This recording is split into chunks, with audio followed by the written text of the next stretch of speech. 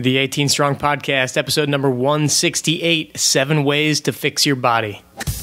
Welcome to the 18 Strong Podcast, where you get direct access to the world's greatest experts on training harder, practicing smarter, and playing better golf. Now, here's your host, Jeff Pellizzero. Hey, what's up, guys? Welcome to the 18 Strong Podcast. If this is your first time joining us, thank you so much for being here, and hopefully you're going to get some great information today on ways that you can fix what's going on in your body. No matter who you are, no matter what you do, you're going to have some sort of issues, some sort of imbalances in your body. And so today we're going to just briefly run through 7 things that you can do that are going to help you kind of balance things out, work on some of those weaknesses, get rid of some of those deficits between, one side of your body to the other, or just different things that you've noticed, whether that be in the gym or things that might be troubling you out on the golf course. And what I found, and speaking with a lot of the fitness professionals and coaches that we talk to, is that oftentimes people show up to training sessions, practice sessions, and they've got some sort of imbalance, whether that be their strength or flexibility or what have you. And that definitely wreaks havoc on their golf game. And I've noticed, at least personally in my own game and from a lot of the clients that I've worked with, oftentimes the biggest mistakes that we make on the golf course are not necessarily due to swing mechanics or technical issues that we have, but they're either lapses in judgment or mental game issues, or they're simply sloppy, stupid mistakes that can often be avoided if we were either in better shape or if we had better energy on the course that day or had a little bit better mental focus or mindset, whatever that might be. And I feel that one of our greatest assets in our golf game is our body. And our body is the greatest piece of equipment that you have, and probably the one that you can make the most improvement on simply, just by doing some basic things and make huge strides in what's going on in your golf game. And so if your body's in better shape, if your stamina is improved, you're moving better, and your flexibility or mobility is at a higher level, you're going to be able to consistently repeat what you want to do more frequently. And so today, I just wanted to go through pretty quickly. It's just going to be me today talking. It's not going to be an interview with a coach like we do on most of our podcasts. I just want to give you some quick actionable tips that you can take and kind of start implementing right away in your training program to start working on some of these things. There's so much information out there that you can read on the internet about training and, weightlifting and improving your performance. But oftentimes you don't hear about some of the little things that you can do and specifically guide you in the right direction. So I just wanted to really break it down and give you some actionable steps. Before giving you the 7 steps, I want to just say a quick thanks to our featured sponsor this week, which is the PGA Tour mobile app. I'm super excited to use the app this weekend, as I know I'm going to be kind of busy here and there with different things going on with the family, but Tiger Woods is playing for the first time in a long time, and so I know that I'll be keeping up to date with what he's doing and what the rest of the guys are doing down in the Bahamas on the PGA Tour mobile app. It's a great way to see highlights, to see scoring, to see what each guy is doing, where they're making their moves. So I'll definitely be checking that out. If you don't have the PGA Tour mobile app on your device yet, you have to go get it. It's in the iTunes store. It's on Samsungs, Androids, whatever you have. The PGA Tour mobile app is available for you. So just go to your respective app store and pick that up today. All right, so I think it's pretty safe to say that if you're listening to this podcast, you are in some way in love with the game of golf. You play it. You are also in the mindset that you're ready to start working on your body. You're ready to fix things going on in your body, or you're simply ready to enhance your body to play better golf. So with that common denominator, let's focus on why we make big mistakes. And so, as I mentioned before, I think that most of our mistakes and where most of us can drastically improve very, very quickly is by eliminating these silly mistakes that we make. You hit a perfect drive and then you shank one off into the trees, or, it's getting to the end of the round and, hole 14, 15, 16, whatever, you're starting to get tired, your swing's not feeling quite as good. And so we start to make these silly errors. And so I think that we're really trying to beat this villain of unforced errors and ugly golf that we know we're better than. You're capable of playing better. You're capable of more. I've never met a golfer that tells me his score, and then he's like, I shot a 76, but it could have been this because I missed this shot or missed this putt. So we all know that we have that potential to be better, but we just make some of those silly mistakes. And rather than always going to the technical side and jumping on the driving range and trying to fix things, I think if we take a step back, you can really focus on fixing some things just internally or with the way that your body's moving or feeling and how energized you are. So we all know that we have some sort of issues in our body. We've got our aches and pains. We've got, a weakness here, an inflexibility there. But oftentimes the problem goes a little bit deeper than that, and the problem is that you don't have a whole lot of time to get to the gym. You're busy, or the reason some of these things develop is because of maybe the poor postures that you have throughout the workday. Maybe you're in the car or sitting at a desk all day, or you're simply too busy to get to the gym to work on different things. Or maybe you do have a training program, but it's not ideal, and maybe you've been doing the same old training routines and practices for a long time and possibly didn't really know how to do this properly. But I have a hard time accepting the fact that your golf game should be ruined by these things and that you can't take control of some of these little things that we can actually make improvements on to get your golf game better. So I know your pain. I make just the same stupid mistakes that you do on the golf course. I struggle with back pain every now and then and have for years, but have learned to control it, obviously with my background in physical therapy, but also just everything that I've learned from a lot of the guests that we've had on the show and working with clients myself. But I know now that because of the work that I've put into, just being able to move better and improve strength, that I can go out and I can play golf with pretty much anyone and not embarrass myself. I know that my body's most likely going to do what I want it to do. Yes, I'm still going to make some of those stupid, sloppy errors, but I don't feel any intimidation when I go out and play with clients or whoever that I know are better golfers than me, because I know that I'm going to be able to hang just from a physical standpoint. And so that's very comforting. That's very gives me a lot of confidence when I go out there where I don't feel nervous, where I know a lot of people, when they're in a situation playing with clients or something like that, they might be a little bit nervous because they're afraid of what's going to happen. Also, I've worked with a lot of golfers now, and I know that even though we don't do a whole lot of, quote, golfish stuff in our training sessions, I like to think of myself as kind of a meat and potatoes kind of a guy when it comes to working in the gym. And so even though we don't do a whole lot of these fancy, golf-looking exercises that you may see on Instagram or whatever, I know for a fact that my clients and people that have had similar interactions with coaches that train the same way that I do, just simply by working on improving motion and improving strength, these guys and girls are noticing improvements in their stamina. They're noticing improvements in their consistency of striking the ball. They're noticing less dispersion of their drives or their irons, and also just increases in distance. And all of that is simply coming from being a better balanced body and having more power over the ball, having more control and more stability when standing over the golf ball ready to make your swing. So that's what I want to share to you, is some ways that you can kind of improve those factors, and some of the best ways that I've found to do that with my own personal clients. So the question is, how can you make your body the asset that, or the piece of equipment that is going to amplify your game? And so the 7 steps that I want to show you about just kind of reducing the imbalances, reducing the issues that you have in your body, are pretty simple things that you may have heard before, but I wanted to put them all in this one spot.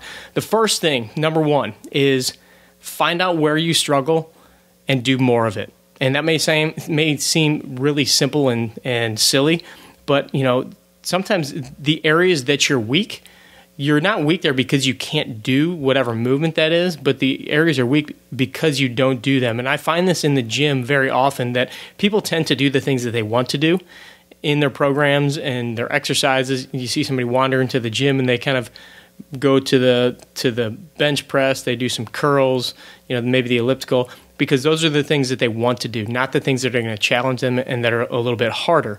And it could be that person can squat just fine. They have the ability and the mobility to do pull-ups, but they just don't do that kind of stuff. And so, by implementing these things or breaking down some of those harder motions and just doing them, that's a very simple way to get better and to get rid of some of that weakness.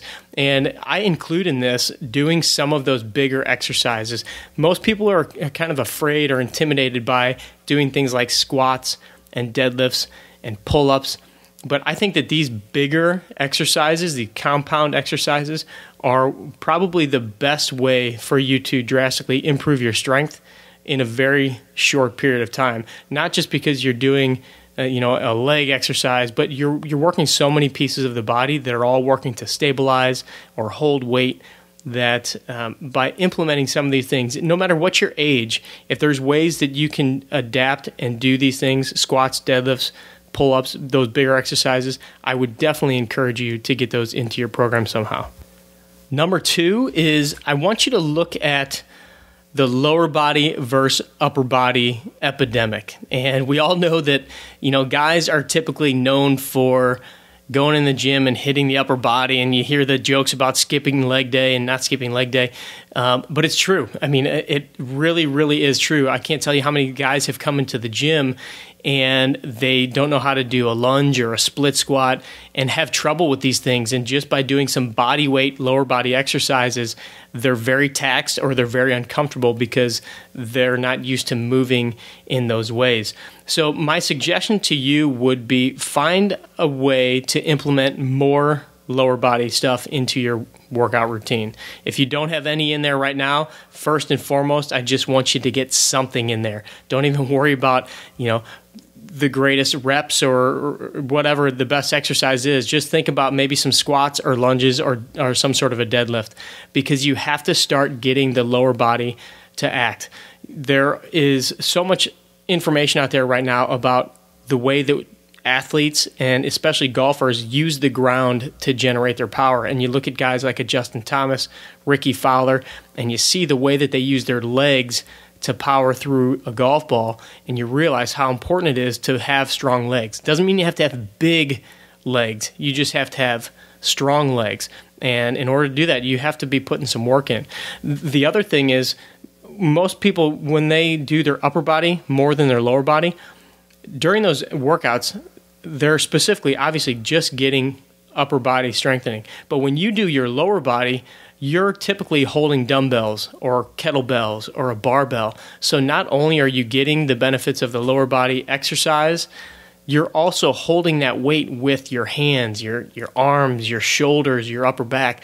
So again, you're building a lot more strength through the entire body when you're doing those lower body exercises. So my suggestion here for number 2 is to implement more, do more lower body work in a week's time than you do upper body work. And that way you'll get stronger, obviously, but you'll avoid that whole foghorn, leghorn, chicken leg look. The guy from the old cartoons, the rooster that had the big puffed up chest and the little skinny chicken legs.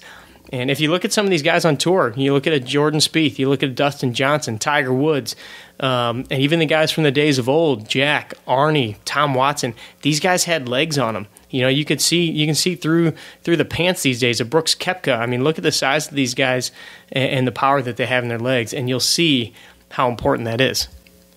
Number 3 on the list here is front to back. So much like we have a discrepancy between upper body, lower body, I also see a big discrepancy between strength of kind of the front side, as I would put it, and the back side. So think of the front side as kind of your pushing muscles, so your chest, so bench press, that kind of thing. And then even for the lower body, think of it as your quads. So people tend to do, when they do lower body exercise, they tend to do some more squats, lunges, those kinds of things, which are a little bit more of a front side or quad dominant based exercises.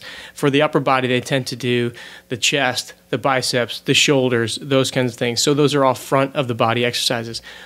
Top that with the fact that typically we're at a desk.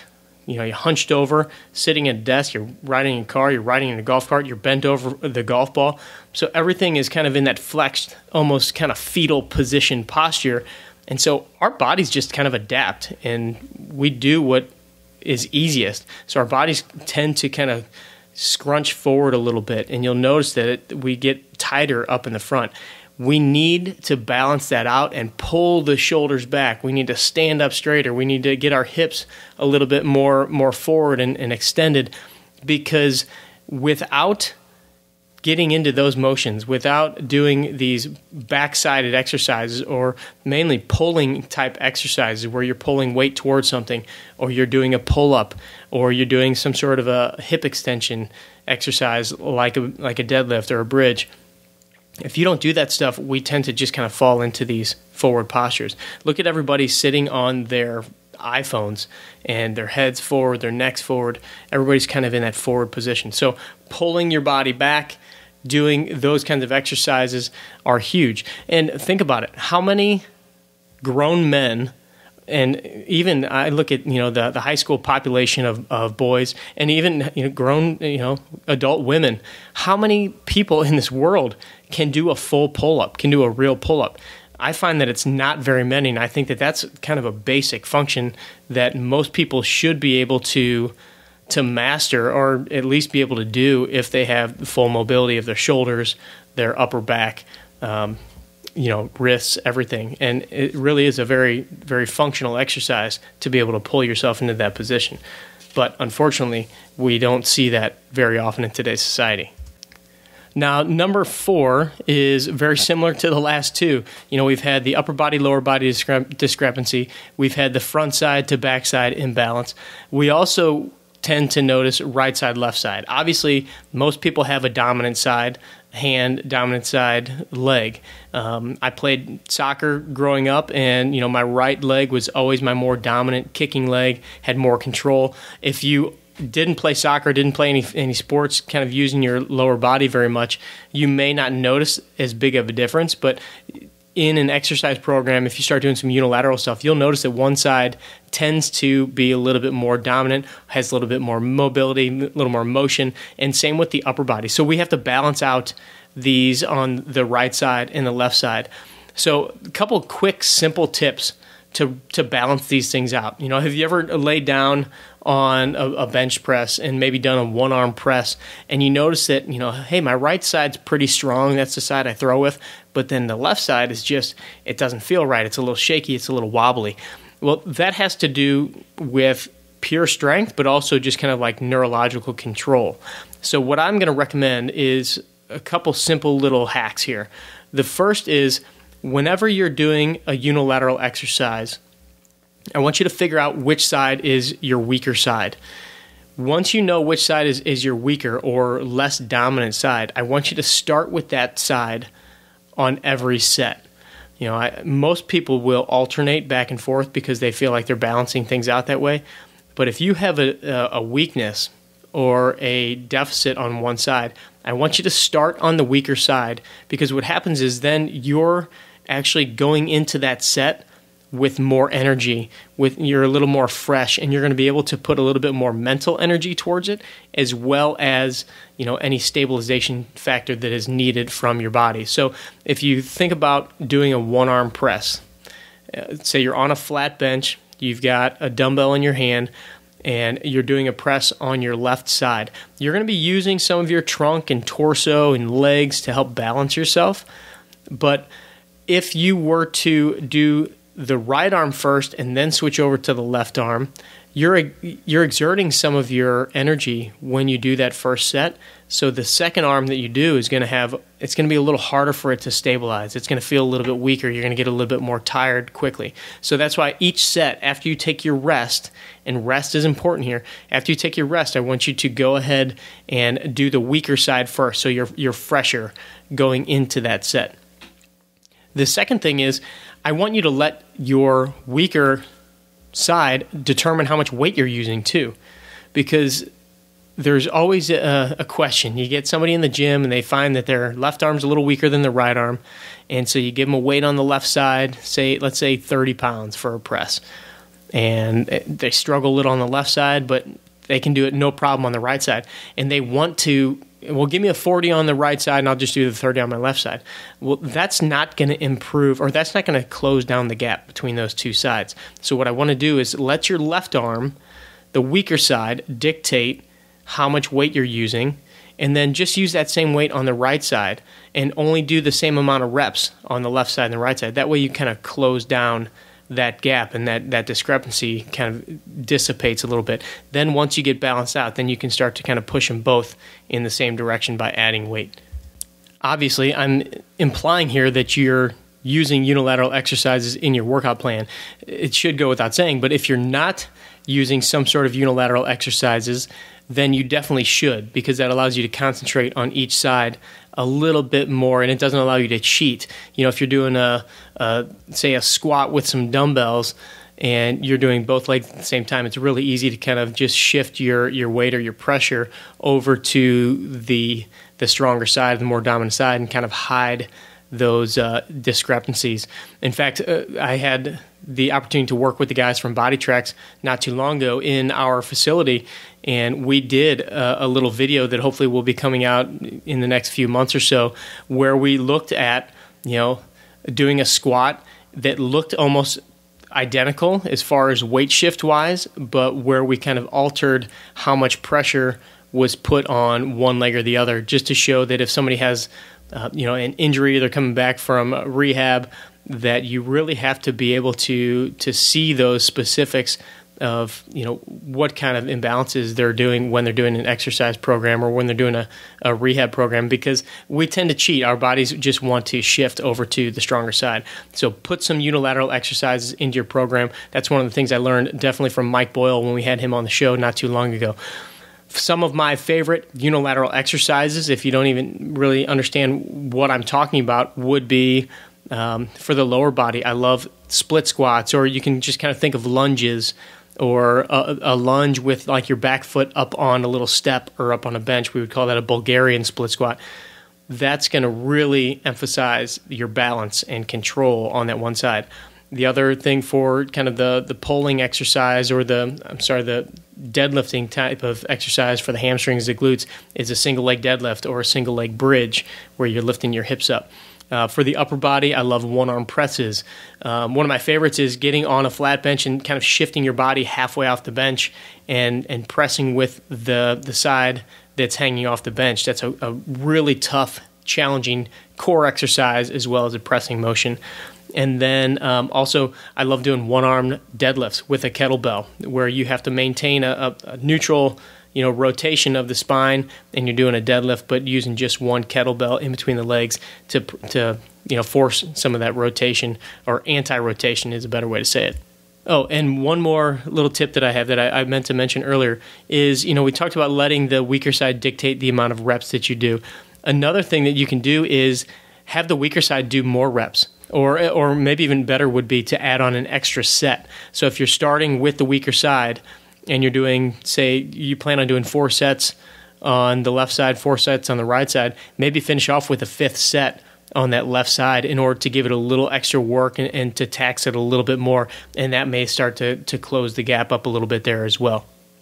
Before we get to the last few tips here, I want to just say a quick thanks to our other featured sponsor of today's episode, which is Rad Roller. And I think Rad Roller falls in perfectly into this episode because they design soft tissue and myofascial products that are meant to get your body moving better. So with today's episode being all about fixing imbalances, getting rid of weaknesses, and making your body do what you want it to do, that's what the Rad Roller products were designed for. They come in all different sizes and shapes to really contour to your body, to work on the tight muscles, the knots, the areas that are just giving you trouble and sticking, so you aren't able to perform the golf swing that you want or perform the exercise the way that you want to. So in order to get your body moving properly, the Rad Roller products help facilitate, getting that motion, and then allow you to then activate and do what you need to do. So if you haven't checked them out, go to radroller.com. They've got a whole suite of products. I love them. We've got all of them at the gym, and we use them on a daily basis. So go over there, radroller.com, and be sure to use the code 18STRONG to get your discount. Okay, so we've already covered quite a few different ways where you can start kind of working on balancing things out. The first one, again, is just simply figuring out where you're struggling and start to do more of it. So some of those things that you don't care to do in the gym, start putting those in there and making yourself get after it. The second, we talked about the imbalance between the upper body and lower body, and how you need to get more lower body work into your program. No doubt. This is one of the biggest things that I noticed when I personally started doing more leg work, is how much, first, it helped my back, but also just how much it helped with my golf swing and feeling more stable and balanced. The third is balancing out the push and the pull. We all tend to push a lot more than we pull. We all have a stronger front side than back side. And I can remember talking to Nick Buchan from Stronger Golf about the fact that he typically programs in more pulling exercises than pushing exercises. So kind of like we talked about in the left versus right, adding on more pull to again improve that and get rid of that imbalance there. So definitely think about adding more pulling exercises, pull-ups, rows, deadlifts, those kinds of things into your exercises. And then the fourth thing was just implementing unilateral exercises and some of the different little tips or hacks that you can do to start to get each of those to balance out, get your coordination back a little bit. A lot of that has to do with, just not using that uncoordinated side independently. And so by creating a little bit more focus on that, by doing the unilateral exercise, you're going to definitely benefit. Okay, the fifth tip that I have here is simply that you have to stick to it. So you have to be consistent with this. And what I mean by that is I find that variety and bouncing around from exercise to exercise just to keep your training programs kind of exciting is a big thing these days. And that while it's cool and it's fun to do a bunch of different exercises and try these cool new things that you see, if you're just jumping around from different exercises every workout, your body never really has a chance to adapt and figure out how to get better at that exercise. So when you're working on getting stronger in some fashion, or you're working on coordination, your body has, or your brain, I should say, has to see that multiple times over. And part of that is not from the muscular standpoint, it's more from the nervous system standpoint. So your brain has to figure out how to send those signals properly and coordinate all these movements. If you think about it, and I keep going back to the dumbbell press just because I think it's an easy visual, but this could go for any different exercise. If you think about the dumbbell press and how many different muscles really have to activate and coordinate and balance and do all these different things, if you only do that once, on a Monday in May, and you don't do that again until, September 15th, it's hard for your brain to figure out ways to get stronger in that particular motion. And so what I want you to do is find your program, figure out the basics of a program. And we just did a video series called The Golf Fitness Roller Coaster, Getting Off the Golf Fitness Roller Coaster, where we talked about how people, have this trouble of getting excited about a program and then falling off, and getting excited about weight loss and getting in better shape and then falling off. And what we really stressed in there, and we'll put this video series out again soon. We'll let you guys know about it. But what we talked about in there is having like these big rock categories that you work on every single time you're in the gym. So when I think of big rocks, or we call them, I think maybe we call them the big guns, think of like the main priorities.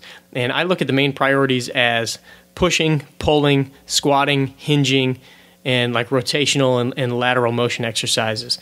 In the squatting, I include split squats and lunges. In the hinging, I include anything, kind of the pulling exercise, the lower body exercises.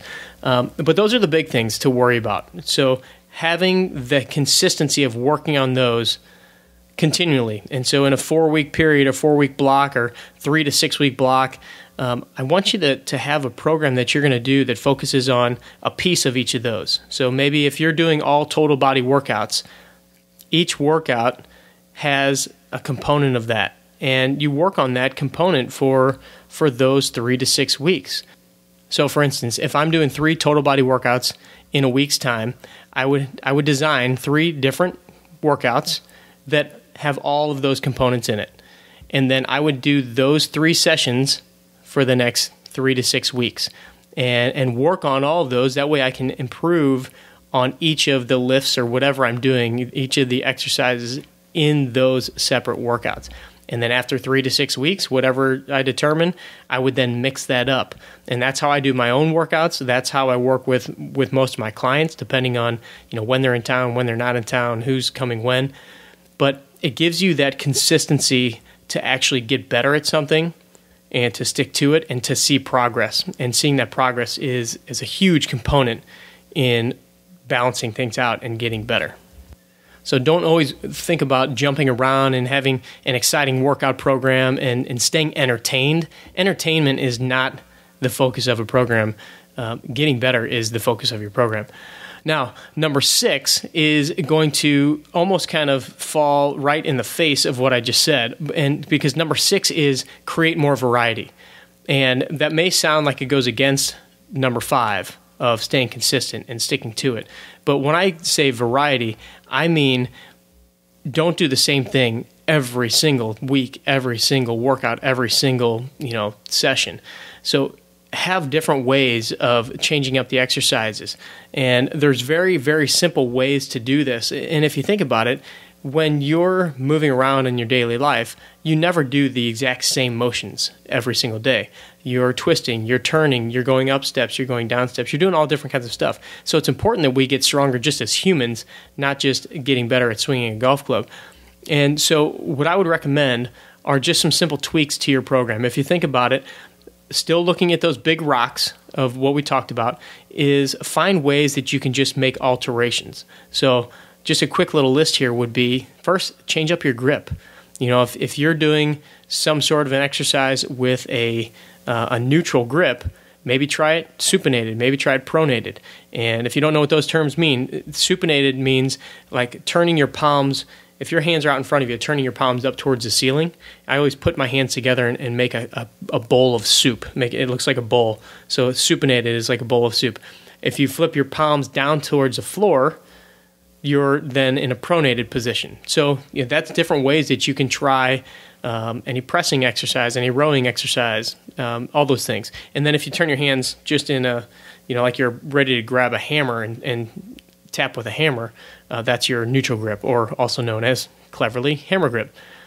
The other way that you can switch things up is change up your stance. Maybe stagger your stance, or square off your feet, or make them wide, make them narrow. Put one foot up on a box in front of you, maybe on split squats or lunges, or put one foot behind you up on a box or up on a bench, things like that. Next one is just change the resistance. And you can do that by obviously making it heavier or lighter, but also by using dumbbells, using kettlebells, using a barbell, or use some of these cool, out in air quotes, new devices like the maces or the steel clubs, which actually have been around for hundreds of years, but are getting a lot more popularity through companies like Onnit, and we're seeing these on Instagram.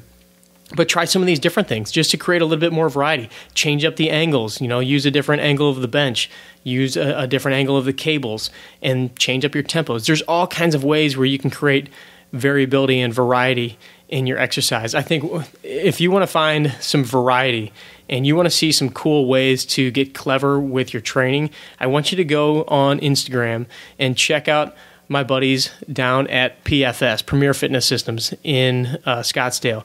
Brandon, Greg, Andrew, all those guys are really kind of creating waves in just new and unique ways to create interesting movement and gain control of your body, and taking some of the regular strength training principles, but also kind of flipping them on their head and really teaching people how to control their movement and improve their motion and mobility. So go check those guys out.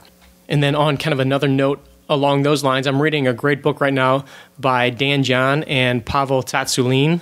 I think that's how you say his last name, who is basically the father of kettlebells, bringing the kettlebell over from Russia. And what Dan is talking about is the importance of not just making these small little tweaks in variety, but also trying new things and getting out and doing athletic performances outside of your regular realm of just walking to your car, walking to your desk, and swinging a golf club. So outside of even just the exercise portion, maybe get outside and go hiking, maybe go play some basketball, maybe go play some soccer or tennis or something that's completely different and will tax your body a little bit differently, but you'll be surprised at some of maybe the carryover to your golf game or to your fitness, or heck, maybe you'll just find something that you enjoy and will be another avenue for you to get some of your fitness in. So it's not just, hey, I got to go to the gym and I got to do the elliptical and then I got to do my rows and I got to do my squats and stuff. Have some fun with it.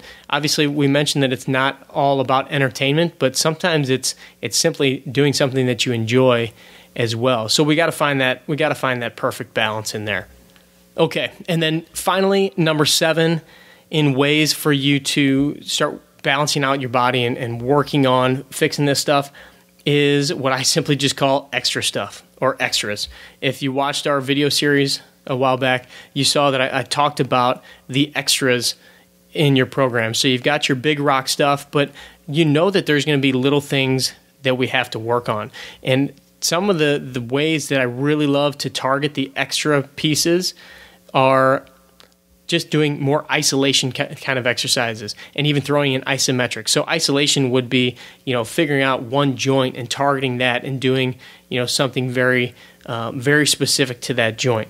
For instance, some of the areas of the body that I find need the most specific isolation attention, we'll say, are the shoulders, the hips, and then even like the ankles and the forearms. And it all depends on the person, but just a couple that come to the top of my head is your shoulder, externally rotating your shoulder. So basically rotating your hand away from your body. So like if your elbow's directly down your side, you've got your hand kind of bent out in front of you, and you try to rotate your hand away from your body, keeping your elbow right at your side, that's considered external rotation. If you do that up in a higher position with, your right arm or whatever your trail arm would be, and you've got your elbow out to your side, you try to rotate your hand back kind of towards your ear and behind your ear, that's external rotation. I find that most people have terrible external rotation or are very weak in their external rotation, even if they have decent motion. They aren't very strong there. So that's definitely an area that I tend to hit and work on with clients specifically. Typically towards the end of their session after they do some of their other work, we'll work on some of these specific things. So we'll do external rotation exercises. And those are basically rotator cuff exercises.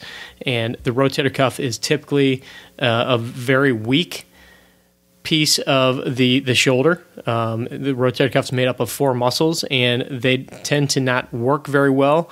And it's not just the rotator cuff muscles themselves, but it's also all the muscles around the shoulder blade and the way that all of that coordinates. So by working on the shoulder, you can make some huge gains in your ability to rotate, your ability to put the club in the position you want, and just the ability to create force and hold position as you get through your swing. So that's a huge one.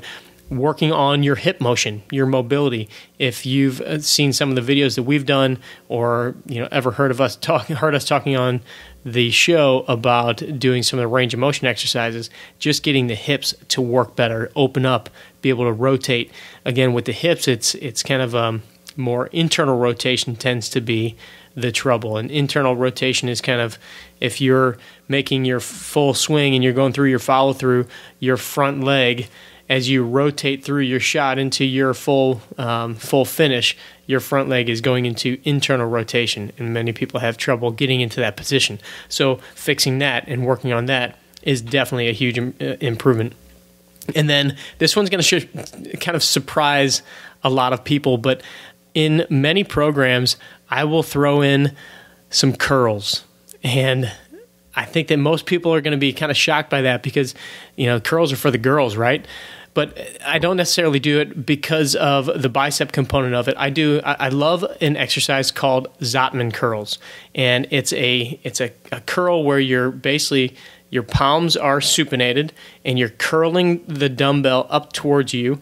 And then when you get to the top, you turn your hands over and you go into a pronated position, and you're pronated as you lower the dumbbells down. Now, I don't do this in every program, but I find that this is a great exercise to work on forearms and strengthening the forearms. We tend to do a lot of work on the palm side of our forearm, but when you do that pronated position going down, I find that that's a very good strengthener for the forearms and helps the wrists to really improve. So again, working on some of these isolated exercises are great. Isometrics are another great piece that you can put in, where you're basically getting your body in a certain position, creating as much force as you can against an object that isn't going to move. And basically it's a very safe way to strengthen and create tension and teach you how to really create tension and maximize the recruitment of your muscles without, first of all, hurting yourself. But also there's an overlap of strength. So whatever position you're in there, there's about a 15-degree overlap on either side of the range of motion that you're in. So if you're trying to strengthen something by pushing into that isometric position where you're just kind of staying still but really creating that force, you're going to get some extra strength in a greater range of motion there. And I know that may be a little hard to visualize and hard to see. We'll kind of expand on that in maybe another episode. If you want to see some great examples of some of this type of work, some of these exercises, go and follow a few other of our friends, Joe Gambino, Frank Duffy, Kirk Adams, some of the guys up there with Par 4 Performance that do some of these isometric and what we would call pails and rails exercises to really work on not just strengthening stuff, but really creating improvements in your mobility and controlling the body and working on these little pieces that then help to create much bigger solid movements like squats and working on your ability to get into these different positions for your golf swing. Some phenomenal stuff by those guys, so definitely go check them out. So, okay, the big key here, we have now touched on 7 different things that you can do to start working on and balancing out your body, working on your weaknesses, and getting rid of some of these problem areas that you might have. But first thing you need to do is start moving. Start getting your body moving. Start doing something with a program. If you don't start balancing and working out these weaknesses, you're just going to continue to play the same golf that you've been playing. You're going to continue to feel the same way that you've been playing with your back pain or your knee pain or whatever. But I'm also going to encourage you that once you get started, you have to have patience, because this stuff does not happen overnight. And I don't think you're ever going to find someone that is perfectly balanced. I've never been there. I've never found somebody that I've screened or evaluated. But know this, that if you start putting in the time now, think of where you're going to be a year from now. Think of where you're going to be 2 years from now. Versus if you don't start doing some of this stuff, where are you going to be a year from now? Where are you going to be from 2 years from now? So you're going to start feeling more powerful over the ball. Your posture is going to improve. Your dispersion patterns are going to narrow. You're going to feel better during your round, and you're going to start making less of those stupid mistakes because your body has better control. But if you don't take action and start getting into some of this stuff and take ownership of the things that are happening, most of us think we're working hard, we're doing what we need to do for our family, we're going to the office, we're traveling, we're doing all this stuff, and I'll golf and I'll work out and I'll do this when I've got time. I'll do this when I get to X, when I get to wherever I want to be. Well, right now is the time to start doing these things, because if you don't, a year from now, 2 years from now, 5 years from now, 10 years from now, ask some of the clients that I'm working with, or ask some of the people that you golf with on a regular basis, if they wish they would have started doing this stuff years ago. People that have, people that that are now into this whole golf fitness thing, ask them if they wish they would have started earlier, and I guarantee that they're going to tell you that they wish they had. Because if you don't, you're going to keep making those stupid bogeys on 16, 17, 18. You're going to have the back pain and the shoulder pain that you've always had. You're going to still have difficulty achieving the swing that you want. You're going to just keep taking lessons and, keep working on those positions in your backswing that you can't get to because your body doesn't know how to do it. Your body doesn't know how to swing the club the way that you see on TV and want to swing the club. And, you're going to continue to go out and get frustrated and maybe be embarrassed and, heck, lose money to your buddies out there because you can't play the golf that mentally in your head that you should be playing. So we want to help you get from being the guy in the men's group that is always smelling like icy hot because your back hurts and your knee hurts, or the guy who can string together 14 great holes, but then has a few blow-up holes at the end of the round because he doesn't have the concentration, or just simply makes some bad swings because your body's just kind of breaking down. We want to take you from that guy to the guy that none of your buddies want to bet against anymore because you're just like a machine, and you're the guy that bombs a drive on the first tee box and has the exact same swing when he steps on the tee box on 18. So it's these things, these simple little things that are going to help kind of get rid of those mistakes and start to get you playing the golf that you want to play. So hopefully these help you out. I'll have basically this whole outline in the show notes page. So just go to 18strong.com, look for episode number 168, 7 ways to fix your swing, or 7 ways to fix your body. And that also will, in turn, fix your swing. But just want to say a quick thanks to our sponsors again, PGA Tour mobile app, as well as all the guys from Rad Roller. We appreciate their support, and we appreciate your support being here, listening to me here on the 18 Strong podcast. We will catch up with you again next week. We've got some pretty incredible guests coming up in the very near future that I can't wait to share with you once we get those on the air. So, as always, train hard, practice smart, and play better golf. Thanks for listening to the 18 Strong podcast at www.18strong.com. And remember, train hard, practice smart, and play better golf.